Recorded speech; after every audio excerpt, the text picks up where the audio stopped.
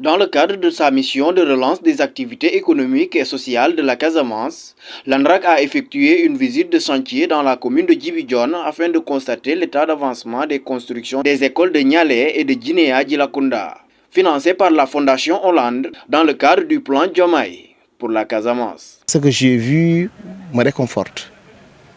Pour des travaux qui ont démarré depuis mi-décembre. Aujourd'hui, vous avez vu, nous sommes à une phase de finition. Cela veut dire que les équipes ont travaillé d'arrache-pied pour construire un CM de 6 salles de classe, ici à Nialé, des sanitaires de 11 blocs, en tenant compte également du genre, des blocs pour les jeunes filles, mais également pour les personnes à mobilité réduite.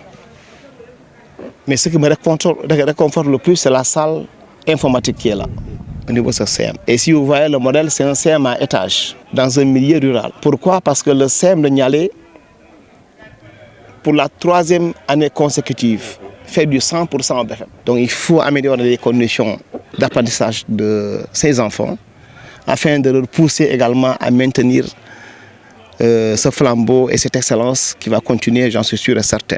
Il a rappelé que c'est sur instruction du président Diomaye et de son homologue gambien Adama Barrow que la Fondation Hollande a commencé à intervenir dans le Nord Sindian. Le président Adama Barrow a demandé à son ami et frère, le président Bassirou Diomaye Diakhar Faye, que la Fondation Hollande puisse, dans le cadre du plan Diomaye pour la Casamance, intervenir en Casamance.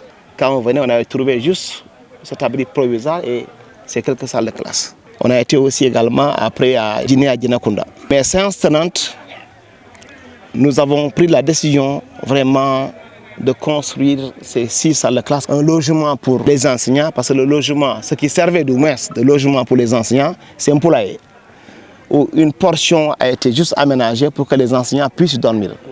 Vous savez bien que les conditions d'accueil et d'hébergement à milieu rural ne sont pas les meilleures. Donc quand ce besoin nous a été transmis également, la Fondation Hollande a décidé de construire 5 chambres pour les enseignants. C'est ce qu'on a visité ici.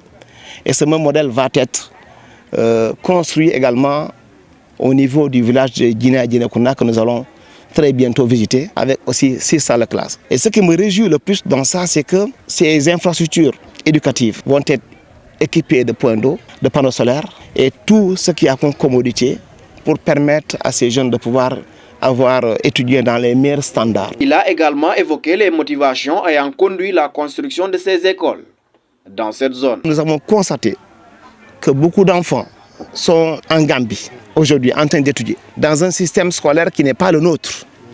Et soyez sûr et certain qu'un enfant qui étudie en Gambie, dans un siècle gambien, qui a un diplôme gambien, forcément, ce n'est pas au Sénégal qu'il va travailler. C'est des ressources humaines que nous perdons.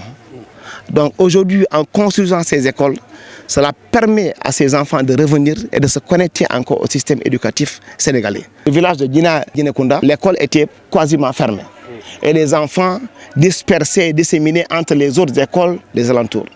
Mais aujourd'hui, quand ils ont vu que nous sommes en train de construire leur école, ils sont tous revenus et c'est dans ces abris même, ces bâtiments délabrés qui sont en train de continuer les cours parce qu'ils savent que très bientôt ils vont entrer dans les classes en manœuvre. Alors l'impact, à mon avis, et il faut le reconnaître, c'est que ces écoles, une fois construites, vont reconnecter ces enfants dans le système scolaire sénégalais, mais également pousser également certains ménages qui rechignent à rentrer au bercail parce que les enfants sont inscrits dans d'autres écoles, soit à Bignona, soit à Ziguinchor, soit dans d'autres localités où les enfants sont en train d'étudier. Aujourd'hui, si on construit une école, ça poussera ces parents d'élèves aussi à revenir au bercail et à reconstruire. Avec ces nouvelles infrastructures, l'ANRAC espère désormais améliorer durablement les conditions d'apprentissage. Les résultats enregistrés dans cette zone se traduisent par une nette progression du niveau des élèves, preuve que l'investissement dans l'éducation reste l'un des leviers les plus efficaces pour bâtir une paix durable et préparer l'avenir de la Casamance.